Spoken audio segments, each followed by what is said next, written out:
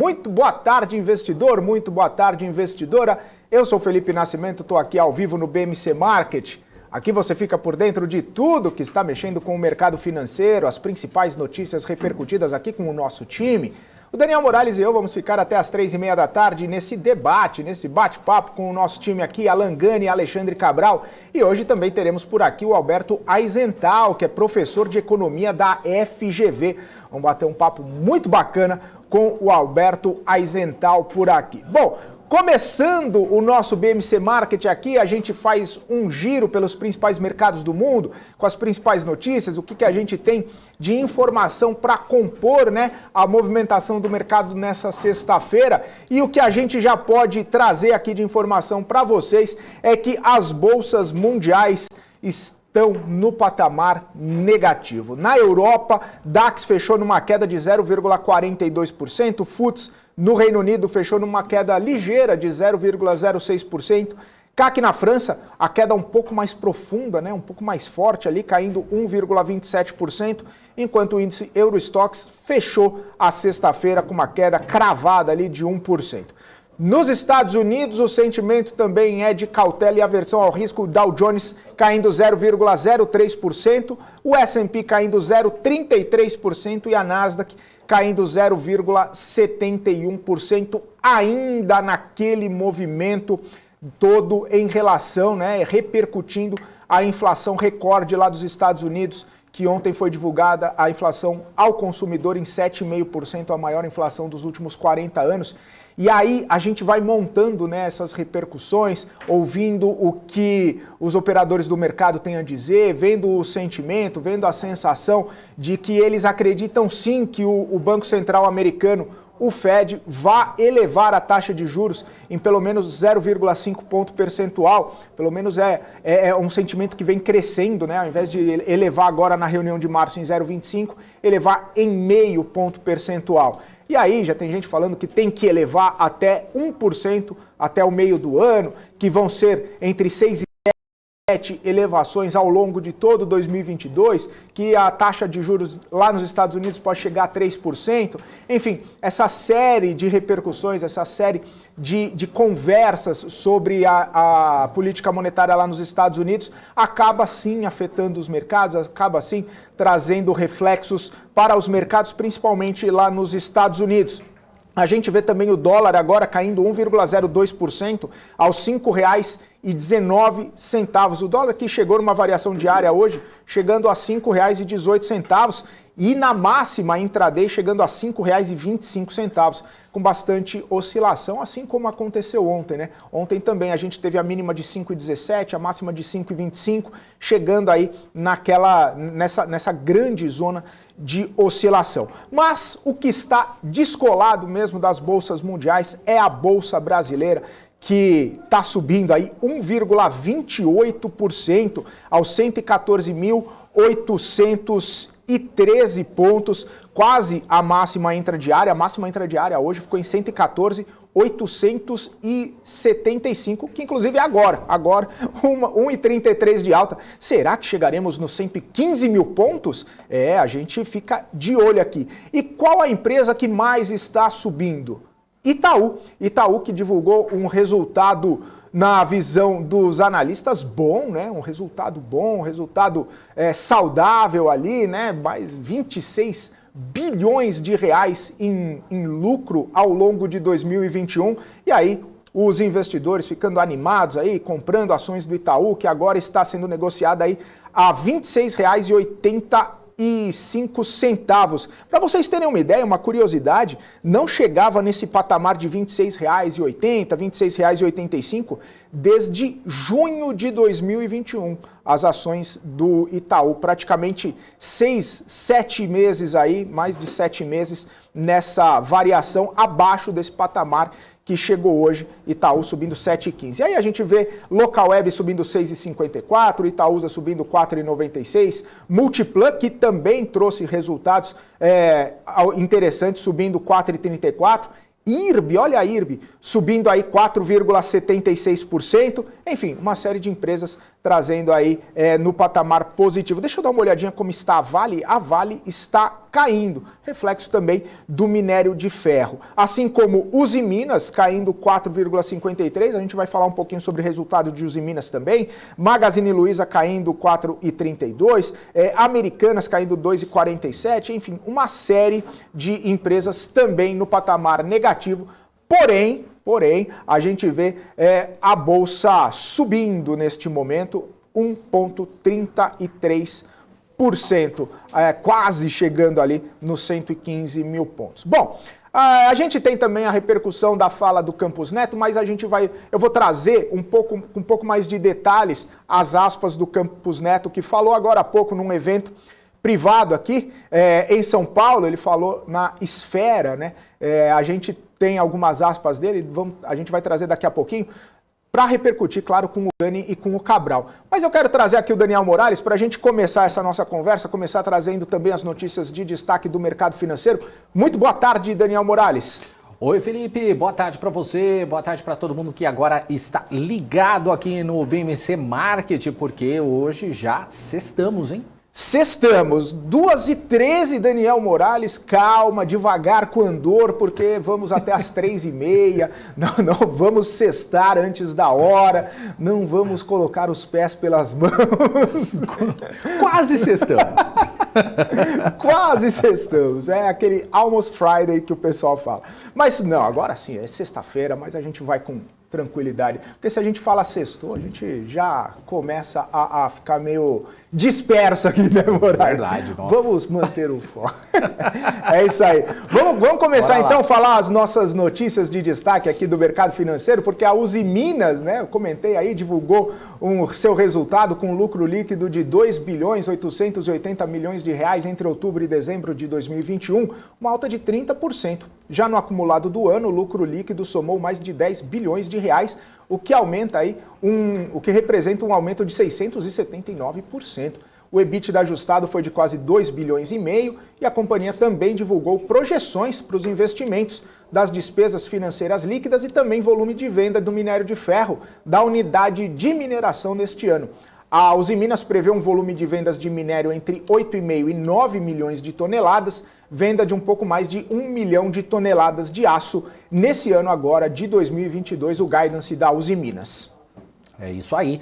A Sabesp anunciou aí a 30ª emissão de debêntures simples, não conversíveis em ações, em até 2 séries no montante de 1 bilhão de reais. De acordo com a companhia, vai ser adotado o procedimento de coleta de intenções de investimento para a verificação da demanda pelas debêntures e definição do número de séries da emissão, da quantidade de debêntures a ser alocada em cada série e da taxa final de remuneração.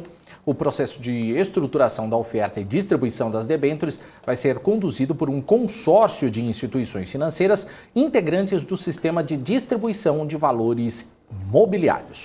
E o grupo Notre Dame Intermédica comprou por cerca de 83 milhões de reais o Hospital do Coração de Duque de Caxias, no Rio de Janeiro. De acordo com a empresa, o preço de aquisição foi pago à vista, em dinheiro, descontados o endividamento líquido e uma parcela retida para contingências. O hospital foi fundado em 2007 e atualmente opera um hospital cardiológico de alta complexidade, recentemente reformado e também com laboratório de análises clínicas e parque de imagem, incluindo tomografia e hemodinâmica. Em 2021, o hospital apresentou um faturamento líquido de pouco mais de 50 milhões de reais. E a Embraer programou aí no exterior uma recompra de bonds. A montadora brasileira de aeronaves informou que está fazendo uma oferta para comprar à vista notas em circulação com remuneração de 5,1% e vencimento em 2022, além de notas com remuneração de 5,6% e vencimento em 2023. De acordo com o comunicado, os 2 tipos de notas vão ter o valor máximo de até 150 milhões de dólares cada. A oferta está programada para durar até o dia 10 de março. Maravilha, Daniel Morales. Vamos chamar então nosso time todo aqui, o Alan Gani, o Alexandre Cabral, o Daniel Morales, para a gente começar essa nossa sexta-feira aqui, sexta-feira 11, não é sexta-feira 13, hein? Sexta-feira 11. Muito boa tarde, Alan Gani, na sua jornada dupla aí, chegando novamente aqui na BMC. Pois é, maratona aqui na BMC. Muito boa tarde, Felipe Cabral, Daniel Morales e a nossa audiência. Boa tarde, Alexandre Cabral. Fala aí, meu povo. Tudo Boa em ordem? tarde. Tudo de paz, graças a Deus. Ah, maravilha. Sempre bom, né? Sexta-feira 11 passou raspando, hein? Mas não vai ser sexta-feira 13. Ainda mais com a bolsa subindo do jeito que tá. Passou longe. Bolsa tá 21, né? Bolsa... Bolsa 1 é o quê? Touro. Ouro. Gani, Ô, Gani, acho que seu Gani, microfone tá Gani, desligado. Só é. dá uma olhadinha aí. Dá uma olhada aí. Pra gente poder bater esse papo aí. Opa, tá ligado. Ah, agora sim. Agora sim. Boa tarde, Alan Gani. Boa tarde, Maratona, aqui na BMC. Boa tarde, Felipe. Boa tarde, Cabral. Boa tarde, Daniel Morales. E a Boa tarde, Bolsa nossa audiência. 21. E a Bolsa 21. É isso aí. Bolsa 21 é o touro. É isso aí. Poxa, até... A gente tem até vários assuntos para repercutir, mas eu queria falar um pouquinho, logo nesse começo, sobre algumas declarações que o Roberto Campos Neto fez num evento agora há pouco aqui em São Paulo. E eu queria destacar algumas frases dele aqui, porque ele falou o seguinte, ó, quem acreditou que inflação era tema de oferta está revendo conceitos. Tem demanda, disse Campos Neto. E aí ele falou aquela coisa, né? Quando que é o pico, né? O Brasil saiu na frente, a gente está mais acelerado nesse ciclo, porque tinha gente falando aí que o pico da inflação seria dezembro, janeiro, mas houve quebra de safra, teve petróleo, então apenas depois de abril é que a gente vai ter uma queda de inflação um pouco mais rápida. E aí ele falou que medidas sobre preços de curto prazo não tem efeito estrutural sobre inflação. Campos Neto destacou ainda que vai usar todas as ferramentas para trazer a inflação de volta para a meta, né? Ou seja, tem que ver aí quais são as ferramentas. Essas ferramentas aí, ele vai aumentar mais juros ainda, vai seguir aquela cartilha lá de até de mais 2, 3 aumentos, vai chegar no juro a 12,5%. Nessa primeira parte, né? Depois a gente fala sobre o que ele falou sobre os Estados Unidos, mas vamos falar um pouquinho sobre essas declarações aí, nessa questão de inflação, questão de quebra de safra, petróleo, inflação de demanda, né? Essa questão de demanda que o Gani sempre fala. Como é que você vê essas questões aí, Gani? Campos Neto, Cristiano Ronaldo, dos presidentes dos bancos centrais mundo afora, dando aula sobre o que é inflação. Não existe inflação de custo. Esse é um termo que foi criado na década de 80 lá pelos professores da Unicamp. O conceito de inflação é expansão monetária causando um aumento generalizado e persistente dos preços, onde a moeda perde valor. Isto é inflação. Inflação de custo não existe, é ajuste de preço relativo. Campos Neto está corretíssimo. E aí, Cabral? Pô, se ele é Cristiano Ronaldo, eu não quero meu Flamengo não, maluco. Pra mim tá jogando mal pra caramba. Primeiro, o pico era novembro, agora o pico virou abril. Quem não falou antes disso? Agora que ele tá vendo que o pico é abril, assim... A única novidade pra mim é essa, e eu vi uma outra novidade também, o resto tudo é repetido. Eu vi essa, que ele mudou o pico. Peraí que tem mais uma história que eu vi dele que eu não tinha visto ele falar antes. Que eu esqueci qual foi. Mas não dá para dizer, né? A previsão é difícil, né, Cabral? Foi abril, foi pico, difícil. A inflação começou a vir mais forte que esperado. Mas todo mundo sabia que ia ter inflação fogo no rabete no verão, menos ele, mano. Manda ele assistir mais BMC Market. Pô, a gente tá falando isso há quanto tempo? Inflação fogo no rabete, verão bombando, setor de serviço bombando, pô. Inflação fogo no rabete. Ele sabia que ia ter inflação de demanda. A não ser que ele não assista BMC Market, aí tudo bem. E ele ou não? Tá aí? Não, tá só o Léo. Não, ali tá a Marlene Matos. Só ele... Não, só tá a Marlene Matos ali. E o Ciro também. Não O tá. Ciro tá aí? Não. O resto eu não vi novidades. Falando que vai subir mais juros, vai controlar, deu a entender, Congresso, cuidado com a PEC dos combustíveis. Então 90% igual do Bruno. Até mais. É isso. Quem fica com silêncio, né? Olhando pro outro, que vai falar mais algo. É isso. Você acha que ele deu algum tipo de sinal aí, compondo com a perspectiva lá do mercado que você falou ontem, o Cabral, das altas dos juros, ou passou longe Não, deu igual o mesmo discurso que Bruno. Iremos utilizar todas as armas que temos para controlar a inflação e ela está mais persistente. Então, igualzinho, Bruno. Subir de 2 a 3 reuniões. Tá alinhado, então. Tá? Diferente do Fed, né? Que lá, tipo, a cor é azul, não é roxa. Não, eu acho que é branca. Ontem teve um Fed que falou que queria que subisse meio. O James Bullard. Aí 2 horas depois um outro Fed falou, eu quero que os representantes do Fed me convençam porque eu tenho que apoiar meio. No mesmo dia, mano. Isso no Brasil ia dar um pau do caramba. Lá é de boa. Isso aqui foi assim, opiniões opostas de intervalo de 2 horas. Só que o segundo foi abafado, ficou abafado. O primeiro que fez preço. Mas aquele primeiro lá, dizem que ele é o mais hawkish do Fed, né? O tal do Bullard lá. Deixa eu ver como é que tá a CME aqui. Falando em Estados Unidos, aí eu ia até falar pro Gani. Ô Gani, se o RCN é o CR7, Jerome Powell está para... Jerome Powell, se ele é o... Eu diria o Messi, né? O Messi. Tá lá então. Tá lá. Tá bem então, hein? Também, Tá. Será que o Messi... Porque o Roberto Campos Neto tá em melhor fase, hein? Tá em melhor fase, como o Cristiano Ronaldo, né? Porque você acha ele mais bonito, É o mais robozão. elegante. Não, mas Quando ele eficiente. tirou Você já viu o a- Cristiano Ronaldo jogar? Eficiência. É caixa. Né? Caixa. Eficiência. Roberto Campos Neto tá mais eficiente, tá brincadeira. Tá perdendo Jerome Powell. Ele tem essa coisa, né? Ele leva pra maquiagem. Pra... O que isso tem a ver com o Roberto Campos Neto? Não sei. Eu tô dizendo... Esquece. Era piadinha, mas não saiu boa. Então tá, então tá.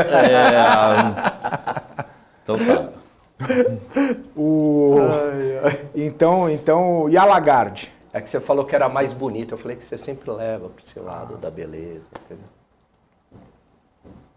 Então tá. A Lagarde, mano. Então a Lagarde é mais bonita, é isso? Não, tudo bem, a vamos lá, Lagarde vamos mudar.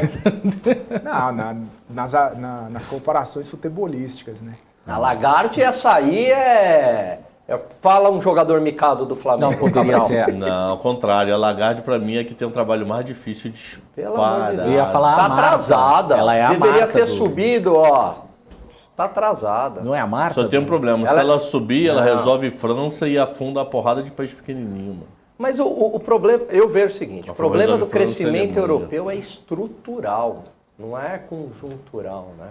A Europa tem dificuldade de crescer há anos e está muito ligado a um mercado de trabalho super engessado, encarecimento de mão de obra e falta de mão de obra, né? A população está envelhecendo e com custos altíssimos, um estado muito caro. Então, não vejo que a saída para a Europa é juros mais baixos, não. Pô, mas, no Reino Unido saiu o PIB preliminar, né? Subindo 1% no quarto trimestre. É a Europa sendo Europa. No ano aí, deixa eu ver, 7,5% em 2021. 7,5% PIB do Reino Unido. Agora, um local que eu não gostaria de morar é a Suíça. Inflação de 1,6 em 12 meses e desemprego de 2,3, 2,6. Não ia O que conseguir nem tem trabalhar. não ia ter notícia aqui. Não tem emoção. O que a gente ia deprimido. contar? A gente só ia falar que a verdade. Lindt passou do ponto de chocolate, veio menos, o faqueiro suíço novo modelo. O que a gente ia fazer o marketing na Suíça? É verdade. Deve ser um saco morar na Suíça, além de frio, né? Mas lá é bonito, né? Mas, pô, pra turismo, mas não pra morar. Deve ser uma rotina, deve ser um tédio. Deve ter, putz, a maioria da população deve viver deprimida. Porque não tem que preocupar em pagar conta, não tem preocupação na vida. Deve ser um inferno essa vida. Foco. Vive, Alberto Agisental, professor de economia. Agora, Vive, né, Cabral? Não é? Deve ser, vive, vamos lá. E reúne os amigos, come um fundi, toma um vinho. Vai esquiar. no Vai inverno. esquiar. Fundir é uma coisa que depois da terceira vez, da terceiro negócio, eu já enchi o saco. Primeiro, queima o céu da boca, que é uma Meio beleza, nojento, fundir. né? Também todo mundo mundo botando a lambendo. boca. Mas aqui, não. Então vocês não comem Tá comendo direito. errado, pô. Porque não pode colocar na boca. A paralama. Senão azeda também, né, o Gani? Poxa, o Gani não é tão Não, fino eu só como a como gente acha. fundir com Uma parceira, né? Com queijo suíço. Hoje vai Você rolar come um fundi. fundi, Cabral? Não é que eu falo, eu como 3 vezes e enjoei. Ele pega três pedacinhos de pão e já fala, pô, vou ter que ficar molhando de novo. Não, primeiro, queima muito o céu da boca, maluco. Você fica com aquele céu da boca brilhando uns 3 dias. Que até ficar no ponto que tá queimando, mano. Mas foco. Alberto Agisental, o professor... Ainda não tá, Não, Cabral, então ainda não tá. E aí eu quero ir lá para os Estados Unidos, porque o Campos Neto falou dos Estados Unidos também.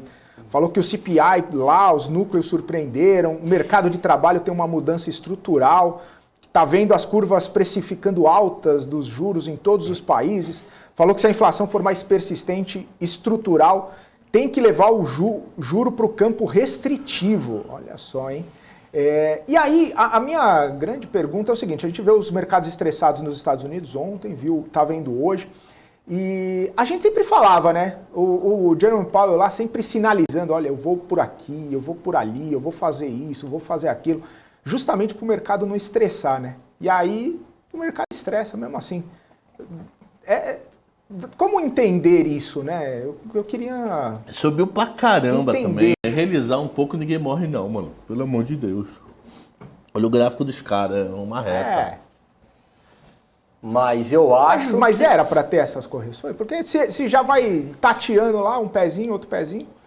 é uma dúvida minha. Não, sentiram que a inflação é para valer, que não é mais... Acabou esse papo que é transitória. Transitória é 1 ano e meio de inflação transitória. Não tem isso. É generalizado, persistente, núcleo subindo, né? Tem inflação. Então o mercado caiu a ficha que a inflação e o Banco Central vai subir juros, né? E agora a questão é quanto, né? Se vai subir meio ou até 0,75. Essa é a discussão. Essa é a discussão. Nesse momento, 68% de chance de subir meio agora em março. Até julho, que o pessoal está falando tanto. Até julho, 1%. Não, perdão, até julho, considerando 27 de julho. Não sei o que até julho se inclui a reunião, não. Vamos botar incluindo a reunião de julho. Daria 1,25 de alta. 125, 150. 1,25 de alta, nesse momento... Em Chicago, fechando o ano A igual a ontem, 1,752. Então, fechar o ano não está mudando tanto. O que está mudando é como chegar lá. Se acelera no começo, depois segura, ou se mantém um padrão e acelera no final, se mantém algumas reuniões. Isso agora, nesse momento, 2h30 da tarde. Deixa eu mudar. Não, mesma coisa. Eu gostei que o Rodrigo falou transitório quanto a CPMF. Era para ser transitório. Boa. 340 anos de CPMF. Tá lá, 5 anos de inflação é um processo transitório, né? Tudo depende do horizonte de tempo, né? O IOF era para ser transitório no começo do Plano Real. Para poder tentar, via imposto, acabar com a ciranda financeira. Aí meteram aquele OF de 96% para um dia. Aí o estagiário esqueceu de deletar, tá aí há 30 anos. Aí o pessoal gostou, né? Receita boa, de graça, fonte, não tem como sonegar, então acabou o problema. Fica aí, né? Aí começa o papo filosófico, né? Todos nós somos transitórios nessa imensidão de mundo, né? É isso. Ó, a Bolsa Americana, a bacia das almas dela foi em fevereiro de 20. Em fevereiro de 20, ela estava algo próximo de 2.600 pontos. Ela está 4.500. Então, quer dizer, ela subiu bem. 70%, 80% de alta. Nós estamos falando aí de, 2 anos. Fevereiro, eu não tenho cravado aqui porque é mensal. 2 anos aproximadamente. Realizar um pouco, na boa, né? Nada mortal, não. Se cair muito, começar a cair 20, 30, opa, aí tem droga. Mas caiu um pouquinho, ela caiu, ela já voltou. Então, caiu mais, ela não está no pior momento do ano. Então, é para se olhar? Sim, mas é para dizer o mundo acabou? Não, muito longe. Muito longe. O cara subiu 70% do buraco, né? Não do ponto mais alto antes. Mas do buraco até agora, então... Lá pelo amor de do Deus. março. Se você for ver o gráfico, ele tem um respiro ali em outubro e pouco de 20, aí vai até um pequeno respiro em junho de 21, aí dá uma mega esticada, respira um pouco em setembro de 21, aí vai, pô, lá tá bem pra caramba. Então cair 5, 7, 8%, nada demais. Por enquanto. Maravilha. Ô, Onde Muralha, tá aquele clima, eu paro e você para. Você já participou de salas do Clubhouse? Às vezes rolava isso, ficava todo mundo mudo. A sala tinha 3.000 pessoas, mas ninguém falava, o esperador falava. Ficava Isso todo aí, mundo mudo. morreu isso aí, né? Não vingou, né? Pô, eu vi Clubhouse essa semana, ou semana passada. Acho que foi segunda-feira, com Gilmar Mendes. 2.000 pessoas. Eu não concordo com 98% do que ele fala, mas eu gosto de escutar para poder discordar, entendeu? 2.000 pessoas. Com aquele maluco que eu não sei se eu posso estar falando besteira, me corrija à vontade. Quem apresenta Pingo nos Is é um cara que usa um chapeuzinho assim? Não. Pingo Reinaldo dos Is é da Azevedo. Jovem Pan? Reinaldo Azevedo. Então, Reinaldo Azevedo é um cara que usa um chapeuzinho aqui. Mas ele não é não, do mas ele não é Pingo. da... Não é da Jovem Pan. Não, mas tem um cara do Pingo, tem um cara que usa o chapeuzinho aqui, não é? Tem? O nome dele, Reinaldo Azevedo? Que um rabo de cavalo, um chapéu? É. Que pá. Reinaldo Azevedo. Ele tem um programa no Clubhouse uma vez por semana, tá bombando. O do Gilmar Mendes essa semana tinha 2.000 pessoas. É bom pra você ver, putz, meu Deus do céu. Eu não sou advogado, mas pelo bom senso eu não concordo com muita coisa. Mas não sou advogado, eu não vou discutir lei, né? Vou discutir bom senso. A bom senso todos nós temos.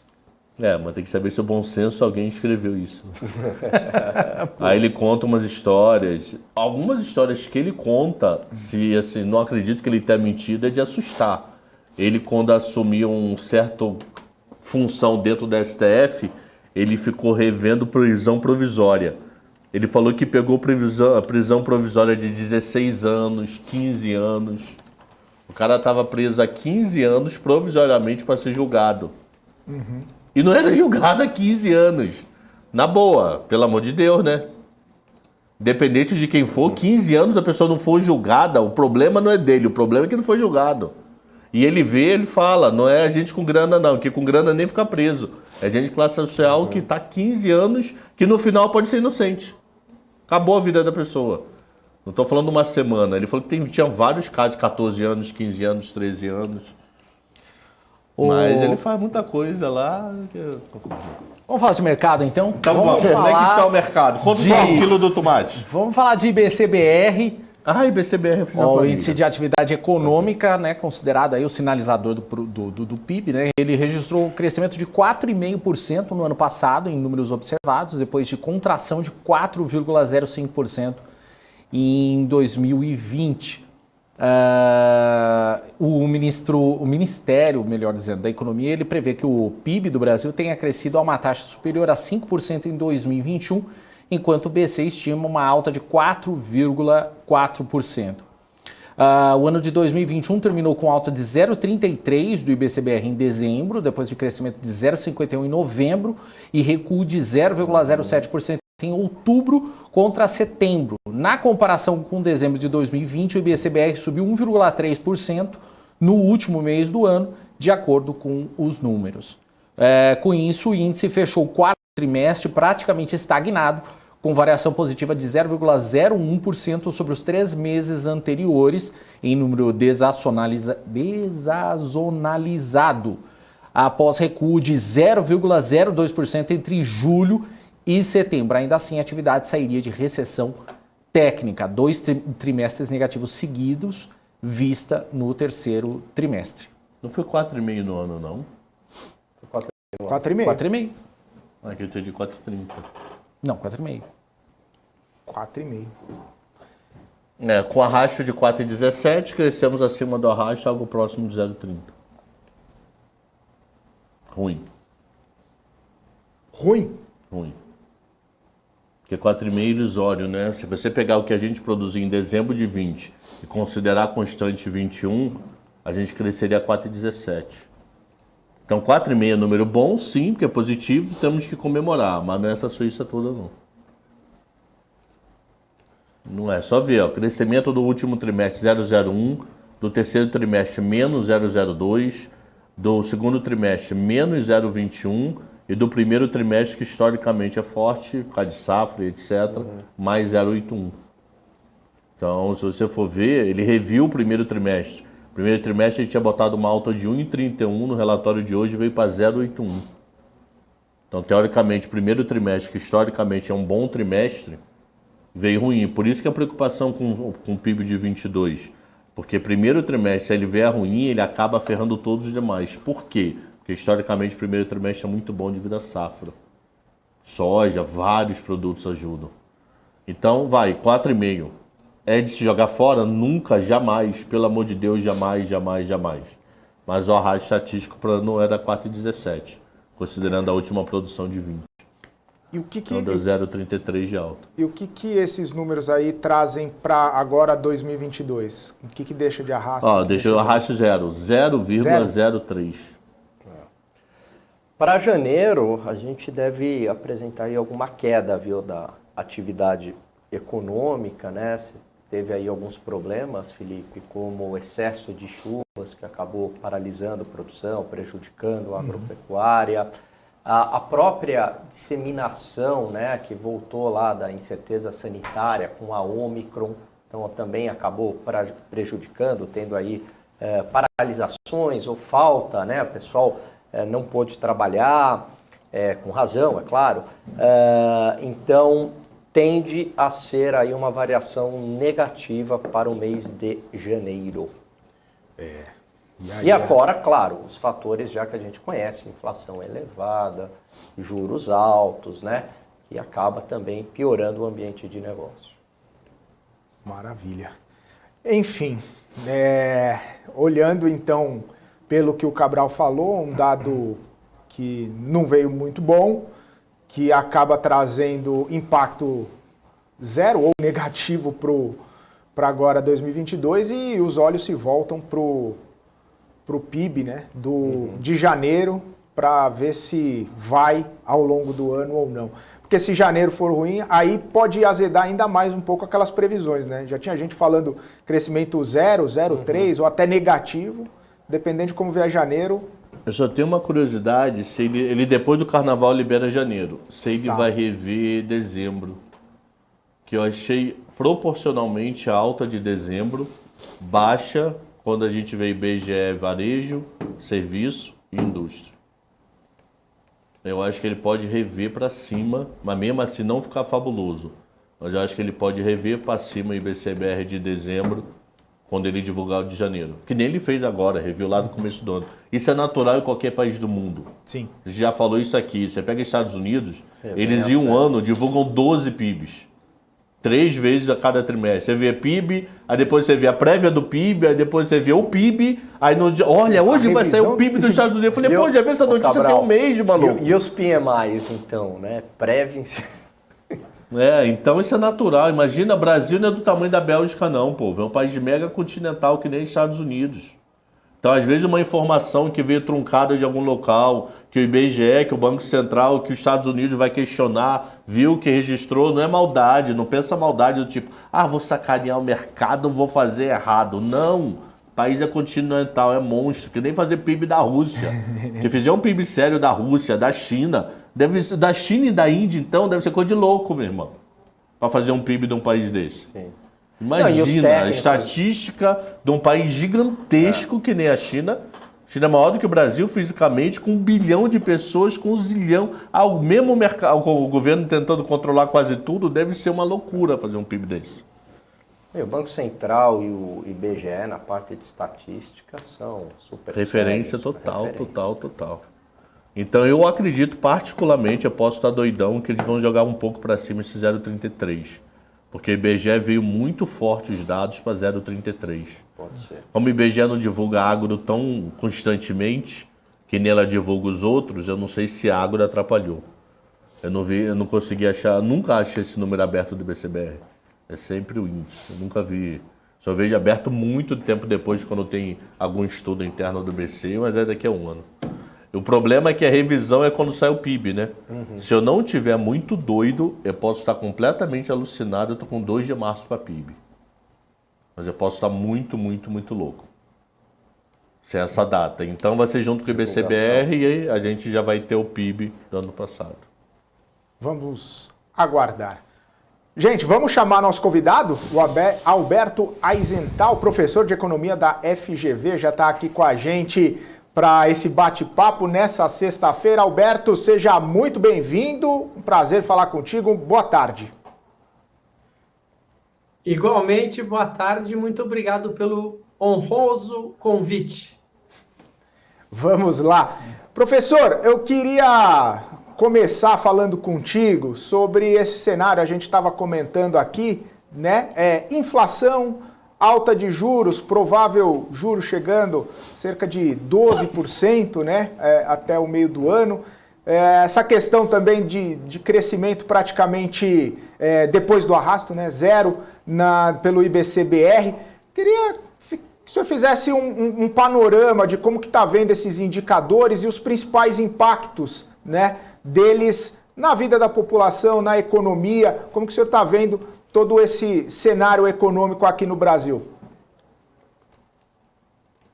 Resumindo, quer dizer, fazendo a conclusão já no início, o Brasil está na sinuca de bico. Sinuca de O bico. que acontece é que sinuca de bico. Então, a gente tem um crescimento zero, praticamente nulo. Uma vez eu fiz um estudo simples, fui dar uma olhada nas previsões do crescimento do produto brasileiro, ou seja, do PIB para o ano. Então, eu olhava quais eram os prognósticos na primeira ou segunda semana de janeiro, pelo Boletim Focus, e o que acontecia ao final. 70% tinha uma queda grande. Algumas habilidades e 10, 20% tinha aumento. Então, em geral, a gente começa o ano errando. A gente não sabe o que vai acontecer ao longo do ano. E a gente já está começando esse ano com um crescimento, agora está dizendo 0,13, era 0,4. Então, a gente vai ter um crescimento ou um decréscimo pífio esse ano. Para piorar, a gente tem uma taxa de juros básica de 2 pontos, que não é nada bom. A gente está com uma inflação de 2 pontos, desculpa, 2 casas decimais, a gente está com uma inflação de 2 casas decimais e a gente tem uma grande taxa de desemprego. Então, como é que a gente resolve a casa? Como é que a gente põe tudo isso em ordem? Para piorar, a gente tem um ano conturbado, porque é um ano de eleições, então um ano de muita disputa, muito diz-que-diz-que, pouca gestão. Não que a gente teve alguma gestão nos últimos anos, alguma liderança esclarecida, alguma liderança bem intencionada, não que a gente tivesse alguma coisa nesse sentido, qualificada, esclarecida, bem intencionada, a gente também não tinha nada nesse sentido. Então, é um dramático cenário para 2022. E não tem milagre, quer dizer, o que vai acontecer em 2023, 2024? Quer dizer, qual é a fórmula que a gente vai adotar para conseguir botar a casa em ordem, para conseguir crescer? E eu, pelo menos, não estou vendo nenhuma resposta, não estou vendo nada no horizonte que me indica que a gente consegue fazer isso. Maravilha. Professor, a gente está aqui com o Alan Gani, Alexandre Cabral, Daniel Morales também. Fiquem à vontade. Professor, boa tarde. Na sua visão, o que deveria ser feito agora para que o Brasil voltasse a ter um crescimento sustentado de maneira mais concreta? Eu me preocupa um pouco algumas soluções de curtíssimo prazo, porque é como se a gente desse um remédio forte para baixar a febre do doente, quando o problema não é a febre, alguma coisa causa essa febre. Então, olha, vamos dar uma injeção, meio litro de injeção aí no paciente para baixar a febre. E ninguém discute porque a gente tem febre. Então, assim, me preocupa um pouco, dizer, vamos dar esta solução para resolver. A solução é macro, ela é institucional, ela é muito mais ampla e, quem sabe, a gente começando em determinado momento, porque até agora a gente não começou, quem sabe em anos, 5, 10, 15, 20, a gente consegue sair desse pântano que a gente se encontra, dessa areia movediça. Responder, olha, fazer tal coisa, um puxadinho aqui, um puxadinho ali, é o que a gente faz a vida inteira. A vida inteira a gente empurra com a barriga, a vida inteira a gente procura um atalho, a vida inteira a gente quer dar um jeitinho, porque é da nossa cultura, e a gente nunca resolve nada. Nunca resolve nada. A gente surfa uma boa onda das commodities lá fora, ótimo, a gente não toma proveito disso. A gente sofre com o revés de commodities lá fora, e aí fica um olhando para a cara do outro e tem esses índices que a gente está apresentando hoje.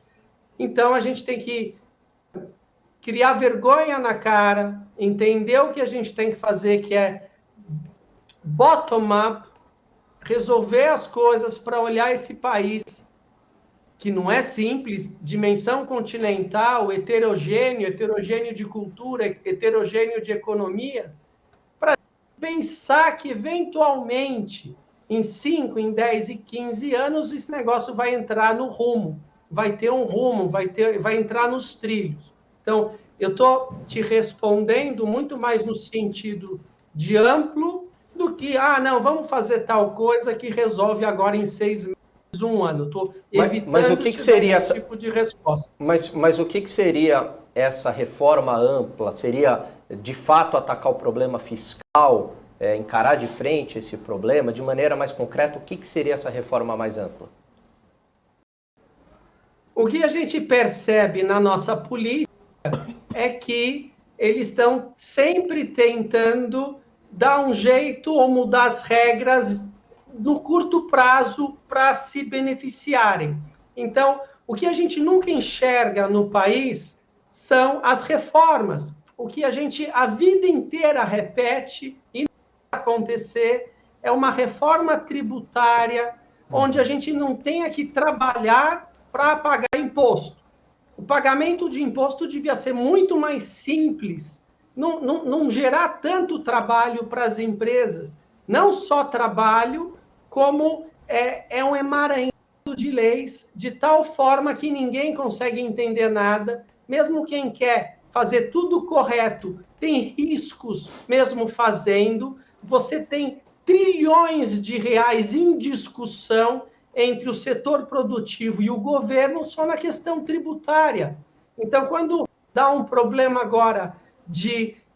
por exemplo, a gente teve a discussão do século, porque se cobrava imposto em cima de imposto, quer dizer, imposto federal em cima de imposto estadual. Então, o Supremo teve que discutir e estancar em determinado ano, em 2017, por exemplo, e para quem entrou com ação.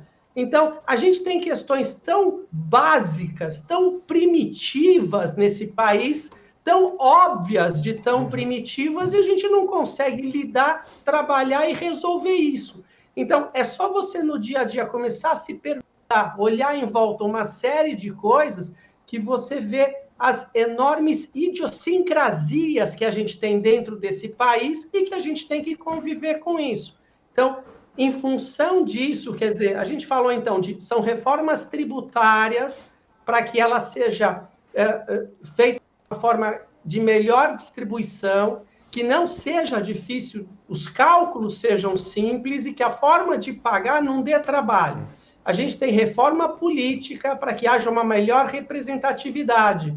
E a gente até que fez lá em 2019 uma reforma da Previdência, que já ajudou um pouco, senão isso aqui explodia. Então, a gente tem questões básicas que a gente não ataca, a gente não address, que seria em inglês, a gente não vai atrás, a gente não resolve, a gente não simplifica. E vai criando o puxadinhos. Vamos dizer que a gente cria puxadinhos e fica uma situação que ninguém entende nada, ninguém consegue conversar com ninguém e ninguém resolve nada.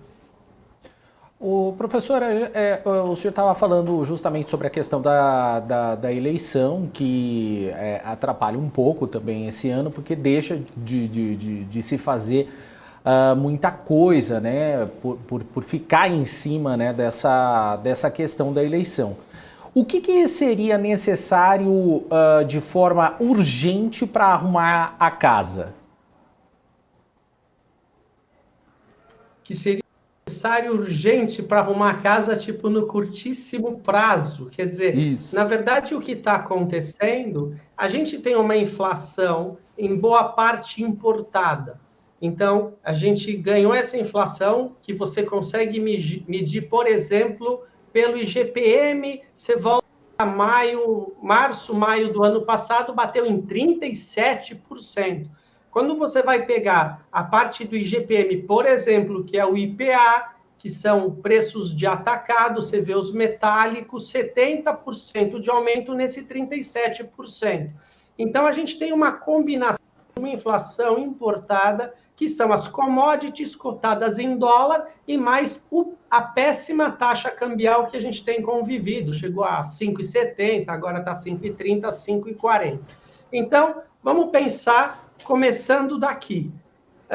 Você não tem como mexer nos preços das commodities em dólar no mundo inteiro. A gente não tem essa capacidade.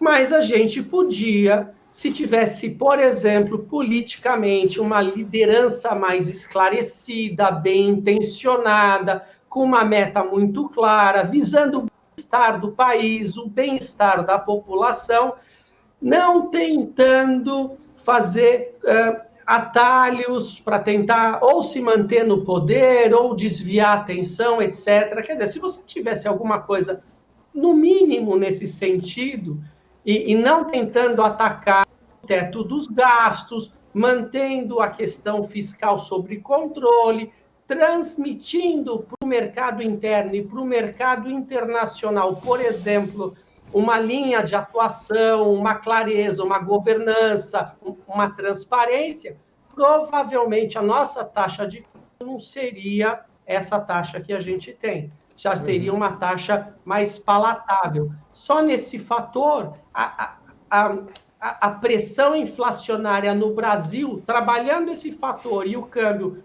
é alguma coisa que está, de certa forma, ao nosso alcance, você já teria melhorado um pouco.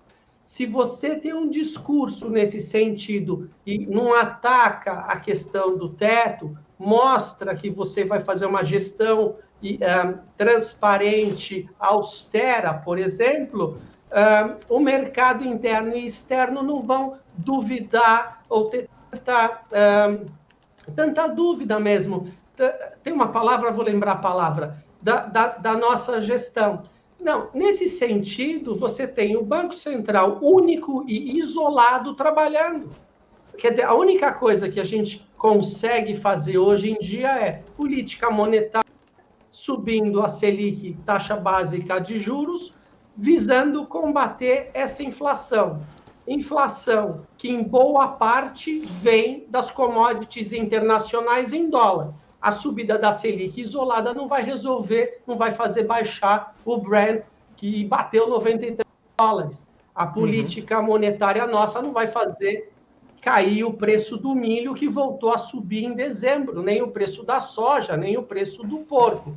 Então, a gente agora, no curtíssimo prazo, a gente está com aquele famoso parzinho que sempre trabalha juntos, inflação em alta, juros em alta, a gente consegue população perdendo dos dois lados, porque na medida que tem inflação, já tem uma perda de poder aquisitivo, teoricamente a inflação, já eventualmente equilibraria um pouco disso, na medida que perde poder aquisitivo, não tem inflação de demanda, e ao mesmo tempo a gente está entrando bastante com política monetária que dificulta qualquer aquisição financiada, quer seja, vai dificultar ou encarece, quer seja imóvel, automóveis, eletrodomésticos, etc., encarece a produção, porque quem tem a oferta vai produzir mais caro também, porque também precisa de capital, precisa de financiamento. Então, a gente está nessa situação. Mas é o que a gente tem na frente. Então, assim, sem gestão, sem liderança, fica muito difícil a gente conseguir botar a casa em ordem. Você me pergunta o que dá para fazer? Eu não furaria, ou eu nem mencionaria furar o teto de gastos. Eu não distribuiria bilhões para fundos políticos, por exemplo. Mas aí é uma questão política, não é uma questão técnica ou puramente econômica. Então, o mundo é mais do que apenas a economia, que eu já acho que é muita coisa. Então, de certa forma, infelizmente, é isso. A gente não está gastando de forma clara e assertiva aonde a gente deveria.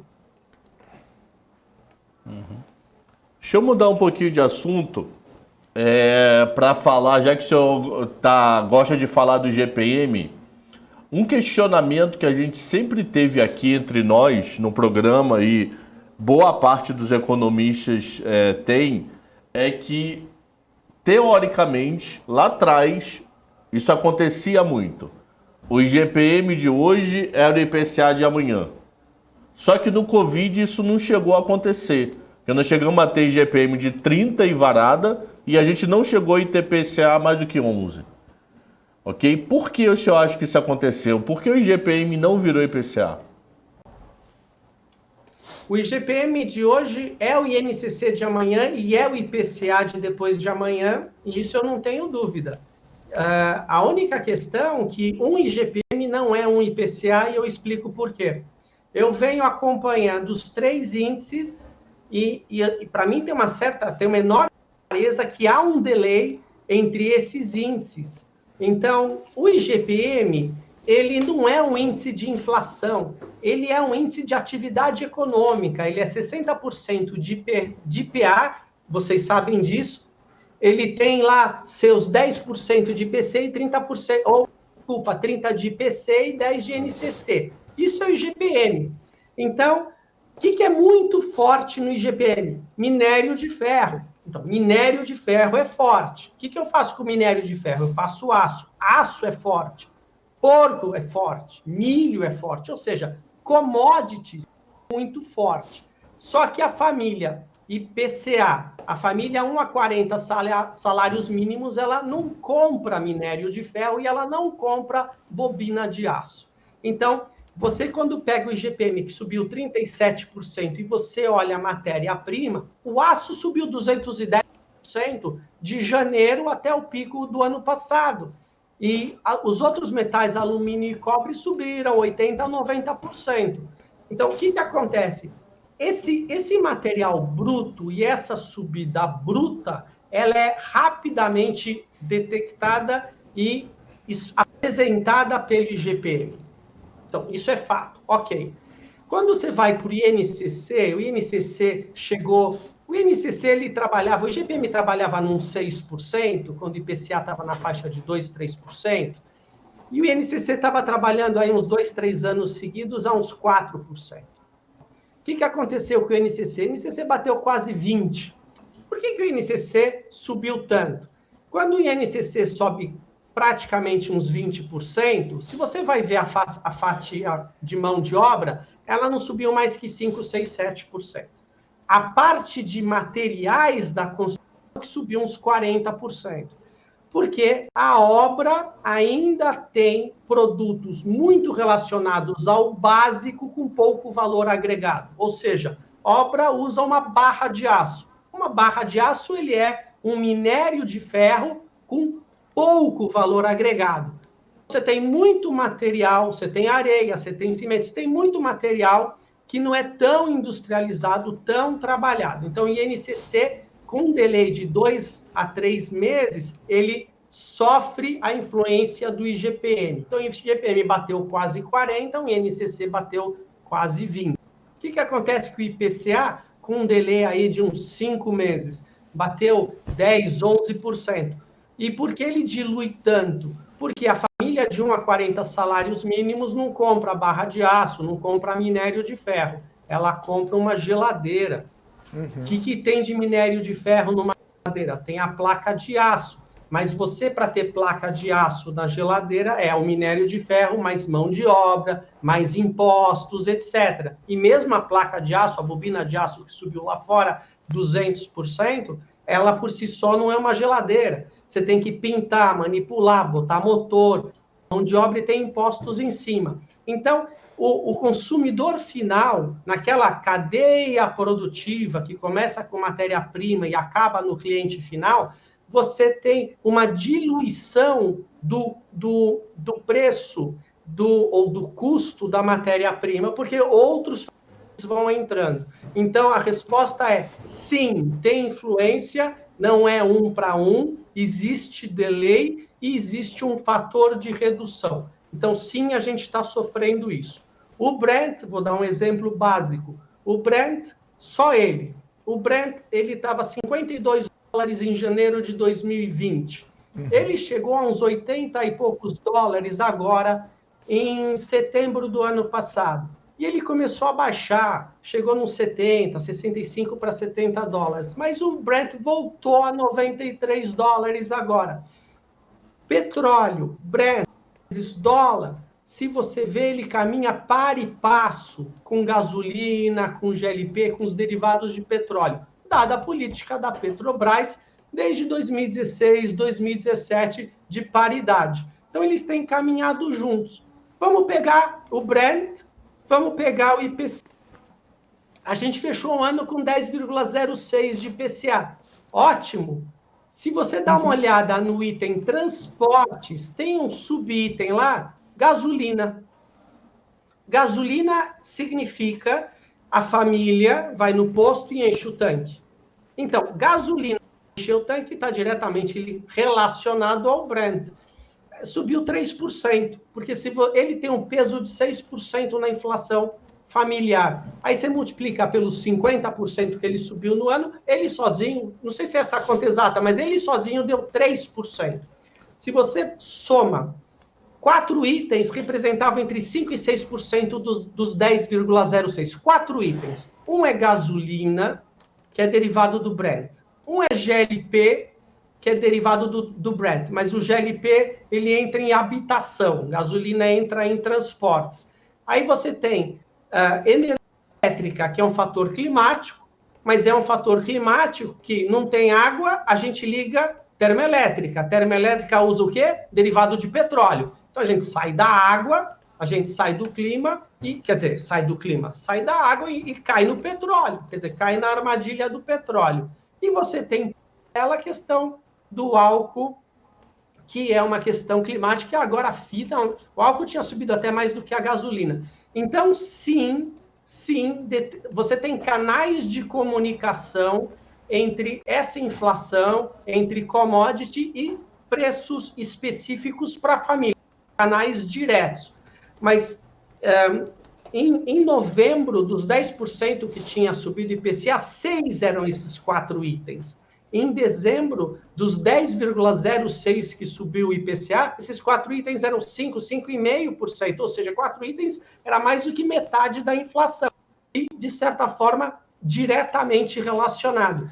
Agora, daria para calcular, eu não calculei. Gasolina tem no alface, gasolina tem no arroz, diesel tem no feijão, em tudo que é lugar tem. Então, esse 3% específico da gasolina, que é o que encheu o tanque, com certeza, a gasolina, o diesel, o GNV, ele está inflacionando praticamente, ou quase todos os demais itens. Então, sim, existe uma relação. Ela não é direta 1 para 1, mas tem uma relação, com certeza.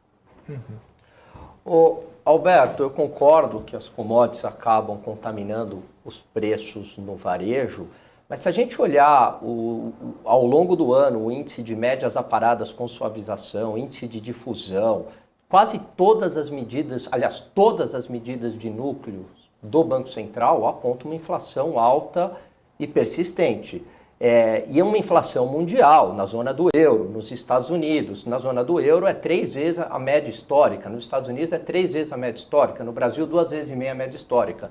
Será que essa inflação ela não está muito mais ligada a uma expansão monetária desenfreada no resto do mundo e uma política fiscal também muito forte, ela não está muito mais ligada a isso do que a choques específicos de oferta? Quando você fala da política monetária, você falou política monetária no mundo, você está juros baixíssimos, compra de ativos, que os outros países que não o Brasil soltaram de moeda no mundo e trouxeram liquidez, seria isso? Isso, e aqui no Brasil Perfeito. também com a Selic a 2%. Para ter certeza.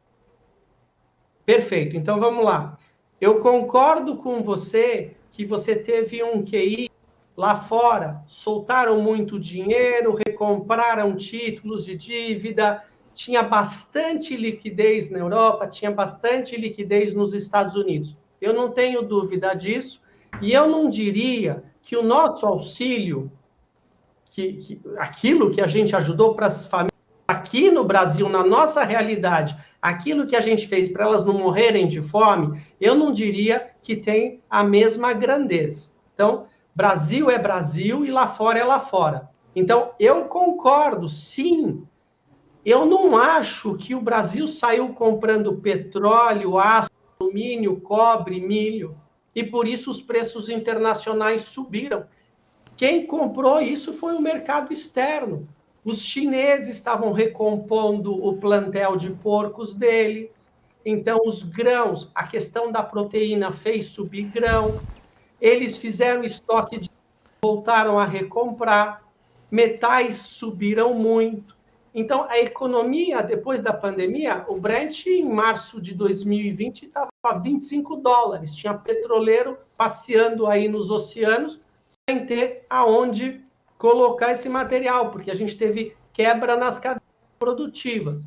Então, houve sim quebra nas cadeias produtivas, comeram capital, as empresas, as famílias e as empresas comeram capital, comeram seus estoques, ficou difícil a questão de logística e o mundo voltou muito rápido. Agosto, setembro de 20 já voltou a economia e começaram a comprar. Então, o mundo fez com que as commodities subissem de preço. E, sim, concordo com você, tinha bastante liquidez lá fora e eles foram às compras. Os Estados Unidos hoje tem dificuldade de pegar produto porque estão muito bem empregados, estão com renda e estão comprando. Então, essa é a realidade deles, que não é a nossa. Mas a gente está falando de um mundo interligado, não que o Brasil tenha uma representatividade grande no mercado internacional. O Brasil representa menos do que 1% das trocas internacionais. A gente pode ser a 7ª, 8ª economia do mundo, mas a gente tem uma representatividade muito baixa. Mas há canais de comunicação. Petróleo é petróleo, milho é milho, trigo é trigo, porco é porco. Então, como o produtor do Rio Grande do Sul, ele vai escolher para quem ele vai vender. Mercado interno ou externo. Se externo está demandando, pagando melhor, ele vai lá. Quer comprar aqui? Você vai ter que concorrer com o chinês. Vai ter que pagar commodity em dólar com o nosso dólar. Então, entendo que sim, a gente está sofrendo a consequência de uma política monetária que não é nossa. Então, concordo com você, fez com que as commodities subissem e fez com que a gente tivesse aqui inflação de combustíveis, inflação de alimentos, que foi o principal, e para não ajudar muito, a nossa energia elétrica está caríssima porque não choveu quando deveria. Aí é um fenômeno à parte. Tá ótimo. Mais perguntas, Cabral? Posso fazer uma? Pode. Alberto, é o seguinte, você estava falando, o Cabral perguntou ali de GPM e IPCA e a gente viu uma grande discussão quando esses índices subiram bastante, principalmente o IGPM, em renovações de contratos de aluguel, né? E até mesmo houve uma sinalização, uma criação de um novo índice ali, o IVAR, para poder trazer um pouco menos de grandeza, digamos assim, a essas renovações, a esses contratos, um reajuste tão alto.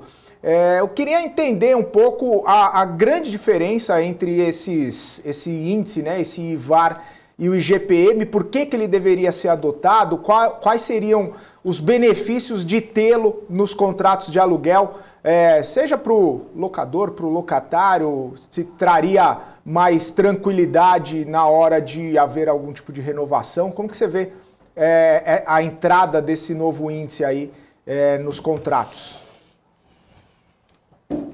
É muito legal a pergunta, porque a gente está saindo da questão dos índices e levando para uma questão prática, uma coisa do dia a dia. Eu vou voltar uns 30 anos, então, mais um pouco, vamos lá para a década de 80, a gente vivia em inflação. O que acontecia naquele momento? A gente não tinha moeda, a moeda não representava nada, o que era um papel pintado, você precisava recorrer a índices, onde os índices tinham alguma certa representatividade, ou você tinha que falar numa moeda respeitável, tinha que falar em dólar, porque a nossa moeda, as nossas instituições, a nossa economia e a nossa moeda não tinham representatividade nenhuma, não tinham segurança, não transmitiam nenhuma segurança. O que acontece com o IGPM? Como a gente falou, o IGPM ele trata da atividade econômica, ele vê a variação de preços das commodities. A commodity ela é transacionada em dólar. Então, mesmo que a commodity por si só em dólar não tivesse muita alteração, a gente, pelo IGPM, conseguia capturar a ação da taxa de câmbio. Então, você falava assim, o aço está o dobro, mas o aço não variou lá fora. Como é que ele está o dobro em real? É a taxa de câmbio. Então, a gente no mercado sempre dizia que, grosso modo, o IGPM e o dólar, eles eram parecidos, eles convergiam em 5 anos. Então, a gente dizia que no médio prazo, IGPM e dólar conversavam entre si. Na medida que você não tem moeda, não dá para falar na moeda, então o mercado imobiliário adotou o IGPM nas questões de locação para preservar o poder daquela locação e também nas transações imobiliárias, compra, venda, etc. Então ficou o IGPM como um índice, o índice do aluguel, e ficou aí. Então, enquanto o IGPM está meio quieto, não tinha problema nenhum, 5%, 6%, IPCA de 3%, está tudo bem. O problema, óbvio, ficou super relevante na hora que todo mundo descobriu do que se tratava o IGPM, o que ele mede. E ele não mede nada que diz respeito à locação. Alguém poderia até dizer que a locação, ele é um yield, ele é um retorno daquilo que foi construído.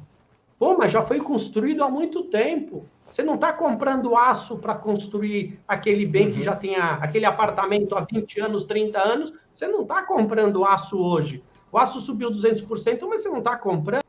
Hoje, quando você faz a questão do aluguel, você está vendo um retorno, entre aspas, renda fixa, daquilo que você investiu 20, 30 anos atrás, porque é garantido, etc. e tal. Então, o IGPM não faz sentido se você vai... se você vai no princípio, no conceito, não tem por que usar o IGPM num contrato de locação. Não teria por quê.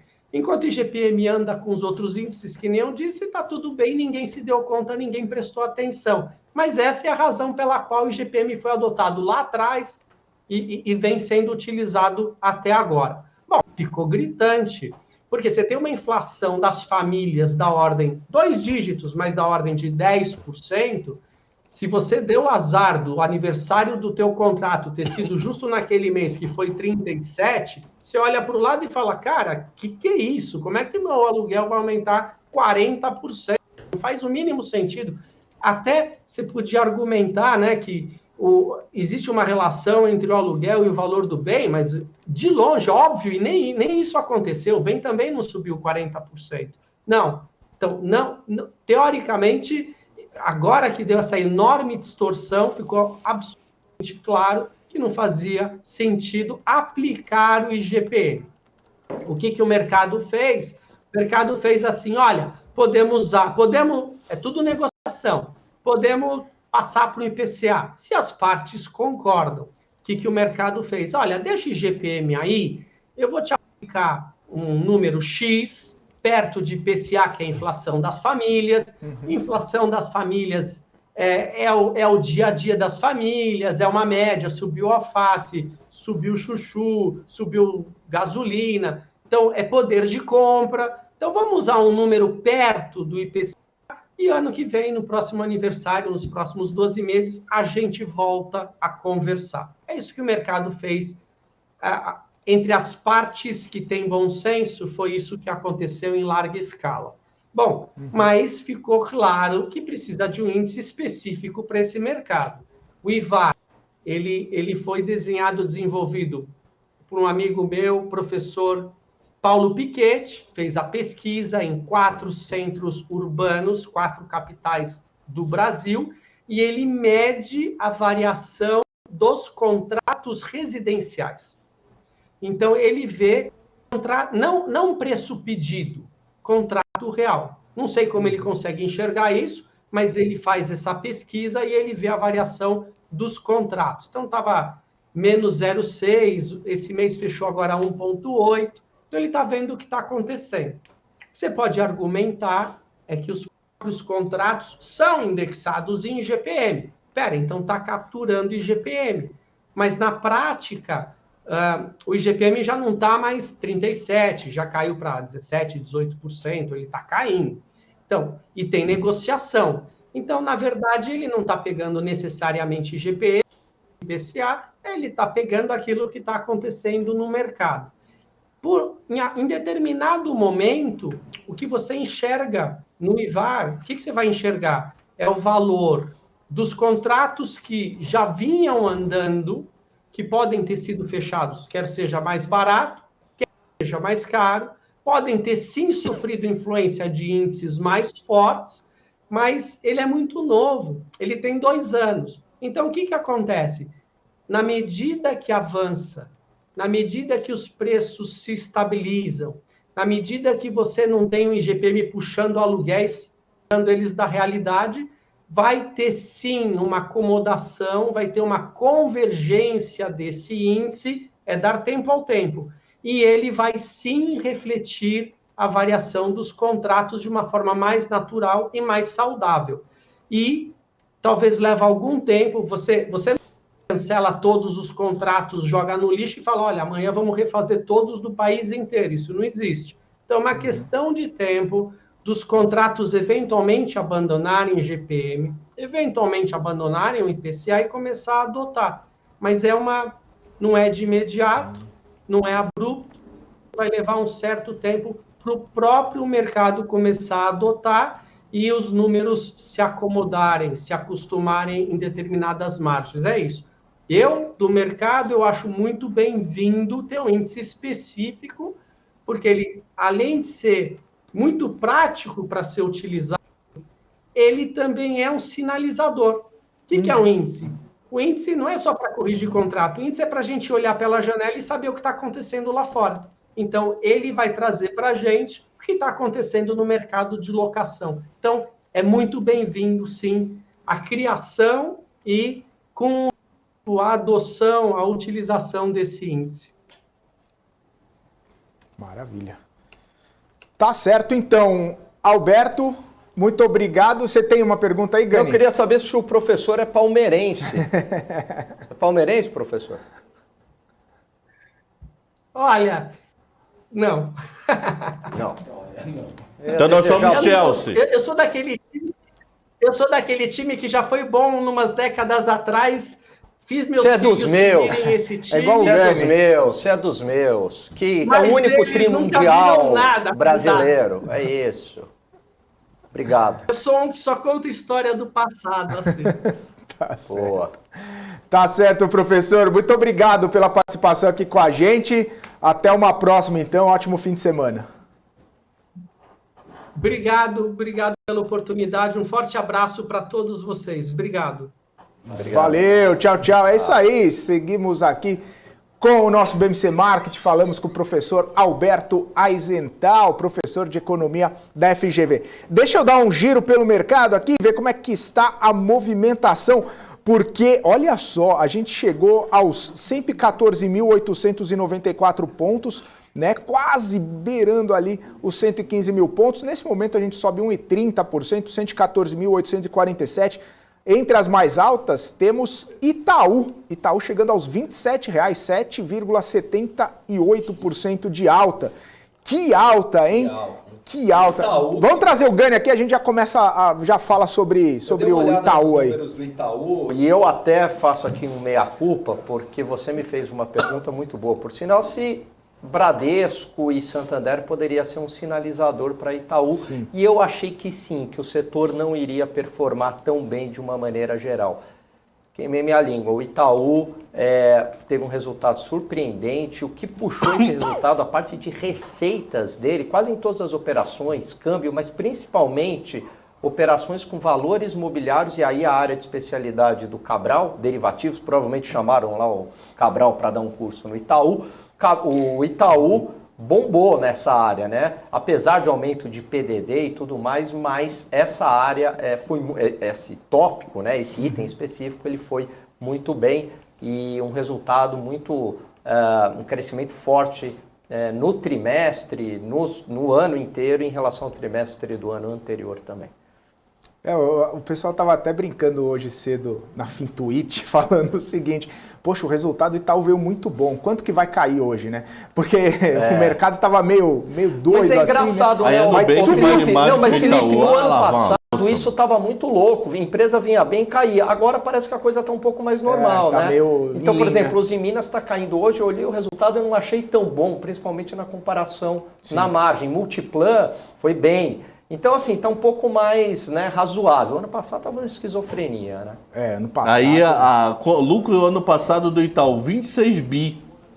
Lucro ano passado da Nubank, 3 coxinhas e um café. Aí vocês querem que a Nubank vale mais do que o Itaú? Na boa, desaprendi tudo. Cabral, peraí, 3 coxinhas e um café aonde? Aqui na padaria do lado ou no aeroporto? Tem muita diferença. Não, na padaria aqui na esquina. Aqui, ó. 3 coxinhas e um café no aeroporto é quase o lucro do Itaú.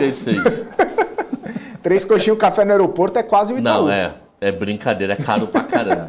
Agora, caro. o Cabral, acho que também, com certeza, já deu curso no Itaú, já dei bastante curso dentro do Itaú. É um banco que nessa disparado parte... que mais investe em educação que eu já vi na vida. Exatamente, isso que eu ia falar. Mas é muito disparado. O que os caras investem em treinamento e educação não é brincadeira, Felipe. Eu nunca vi nada nem próximo deles. É assim, é absurdo. Né? A gente está falando aqui com conhecimento de causa, de ir lá, dar curso e tal. E é impressionante, né, Cabral? Eu tenho um amigo gerente no Itaú e ele falou que ele nunca aprendeu tanto na vida como dentro do Itaú. Você tem ideia? Eles não fizeram agora no Covid devido à Covid, deve ter sido. Mas historicamente eles fazem 2 turmas por ano no local que eu dou aula, só para a área de TI, para explicar produtos do banco. Sim. É sério, é disparado, mas é muito disparado o que mais estuda que eu já vi na vida. Mas muito. Impressionante mesmo. É importante mesmo.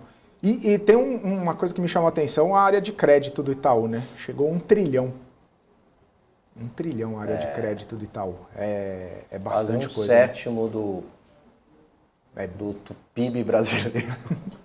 Só em crédito. Só em crédito. Bastante coisa, né? É lucro para banqueiro. Mas e quando você assumir... Chega. Não, para. É que eu não aguentei, desculpa, só foi, me escapou. Quando fala em banco é difícil controlar.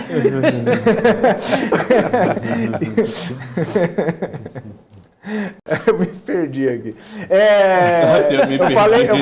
Eu falei da carteira de crédito, mas também, ano passado, com o Selic a 2%, crédito imobiliário bombou muito, né?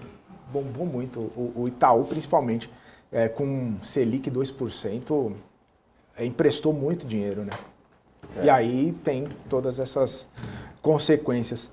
Mas, assim como naquele dia do Bradesco puxou o Itaú e o setor bancário, hoje o Itaú está puxando também o setor bancário, viu? Itaú sobe 7,8 praticamente, aí o Banco do Brasil sobe 3,8, o Bradesco sobe 1,80, Santander 3,19, até Itaúsa aqui, ó, que o Bar se desfez de Itaúsa, subindo 5,35. Mas IRB, ó, IRB não cai, ó. IRB sobe 4,44, tá pegando? Não IBID. Os IBID. irbianos Hoje em dia de IBID agradecem subir. ao Barsi. IRB dando show, hein? Ah, IRB. Irbianos. Como é que é aquele lá? IRB nunca critiquei. Porra. 4,44 subindo. O Cabral que ficava... Eu não, É, sempre fui o Cabral, fã do eu- IRB. é. Pô, mas pra chegar no preço de 40 conto, a minha HP até explode de percentual que tem que subir. Saiu fumaça, Cabral. Não, E a Magazine Luiza caindo 5%, os Minas caindo 3,80%, BB Seguridade 2,70%, Poxa, tá alegria. Magalu caiu. Ô, Cabral, tira o IRB aí da ETF e bota a Magalu, vai. 0,3. Oi, não entendi.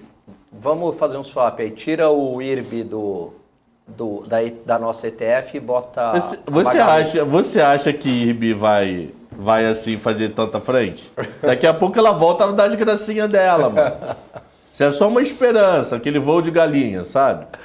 Sei. O pessoal É. falando, pô, mas o Barsi agora aumentou posição, comprou 1,5 milhão de ações do IRB. Dá 5 milhões de reais. Pro Barsi, quanto que dá do PL dele? É só ver, quanto dá 5 milhões, Gani? 3% do PL? Como é que é? Desculpa. Do perdi. teu. Ah, 5 milhões. Uns 3%. Repara, Oh. Gani tá ficando careca no toco, assim. Quando ele faz assim, ó, ele tá ficando careca aqui, mano. eu não Aqui reparei. assim, É o ó. gel, Tem que Cabral. usar aquele negócio aqui, ó. Que nem o cara lá que fez o seu Gilmar Mendes. Que pá. Que pá. Não, Não, mas pai eu sou aqui lá do outro né? lado, Que eu pai é posso, pra cá, pode. o dele tem que ser aqui no meio. Que pai é que é assim. Não, tô nada, Cabral, pelo amor de Deus. É não? Olha lá, tira a mão só. Pergunta hoje à noite lá. Vou perguntar. Fala pra ela só, pergunta ela. Você que tá careca aí, ó. Cabral! Eu sou, não desminto não, eu vou ficar aqui assim. Aí tem 1 minuto cada um para considerações finais. Porque a gente já está chegando ao fim aqui do BMC Marketing nessa sexta-feira. Vai, Gani, começa você. Acho que considerações finais, eu vou deixar aí um aprendizado que não necessariamente Você que tinha um ocorre caos no pra falar setor. hoje, né? É, da China. Oi? Você tinha um Você ia caos pra contar falar o hoje. caso da aluna da China. Ah, Então é vai, verdade, ninguém tem é consideração verdade. final. Fica só Dá com tempo. consideração final. Roberto Campos hoje falou tudo igual ao outro. Pronto, O falei. meu é tchau. Tudo igual o ombro. Vai, fala. Vai fala. lá. Vai, Gani. Seguinte, até pouco tempo eu não sei precisar a data, mas não existia na lei mesmo propriedade privada imobiliária na China. Então o Estado te dava uma concessão para você viver lá 30 anos, mas o Estado poderia tomar a casa a qualquer momento. Então você pagava por essa concessão. O que aconteceu? Houve uma mudança de lei na China e aí permitiram que você comprasse, né? Tivesse a sua propriedade. Então isso fez com que tivesse um boom imobiliário na China. Por isso que cresceu muito construtoras e empresas, né, ligadas ao crédito imobiliário. Essa mudança na lei aí trouxe essa explosão de demanda na China. Só uma curiosidade que eu não sei, tô aprendendo agora contigo. Isso é só para móvel urbano ou também para fazenda? Podia comprar Boa uma fazenda, pergunta, um Cabral. sítio, Eu vou- que eu aí vou você até- virava produtiva. Não sei sim. como é que é isso na China. Eu entendeu? vou até conversar, né? Foi uma aluna minha e ela sabe, e ela é chinesa, acho que viveu na China, então ela tem, né? Sabe Manja detalhes lá. Eu Tem vou vivência, perguntar né? para ela. E... Pô, põe ela aqui no marketing, vê se ela é poderia de ser boa, se ela interessante. aceita. Eu acho que ela traz que às muita vezes ela é informação tímida, de não sei o dentro, quê. né? Eu acho que é uma Legal. boa ideia mesmo. Por exemplo, política de filho único eu não sabia. Você poderia, né? No passado você poderia ter mais de um filho na Pode, China. O problema é que era o poderia. seguinte, você tinha que provar para o Estado que você tinha condições e se esse segundo filho ficasse doente, o Estado não ia prover com nada, o custo era isso seu. mesmo. Você Então tem assim, irmão? esses detalhes... Mais velho ou mais novo? Todos mais velhos. Por que você não nasceu na China, mano? Aí não teria o Daniel. Isso. Ô, louco! pariu. E com essa Deve nascer no encerramos Brasil. Poxa, o eu tô- marketing de hoje com quê? o Cabral fazendo bullying com o coleguinha. Bullying. Ô, Morales, um abraço até segunda. Depois dessa, boa tarde, até segunda. Achei que você ia fazer a bomba do Morales. Não, Essa é tem a bomba hashtag chateado. do... Gani, um abraço pra você. Cabral, Grande abraço pra abraço. você. Daniel Morales, abraço pra você. Apreciem com moderação o final de semana e a gente vai ficando por aqui. Um abraço para todo mundo que esteve conosco aqui no nosso BMC Market. Um abraço para todo mundo que nos acompanha pelo YouTube, para você também que nos acompanha pelo Profit Pro da Nelogica. Estaremos novamente na segunda-feira juntos aqui a partir das 2 horas da tarde no BMC Market. E eu vou ficando por aqui. Ótimo fim de semana para vocês. Tchau, tchau.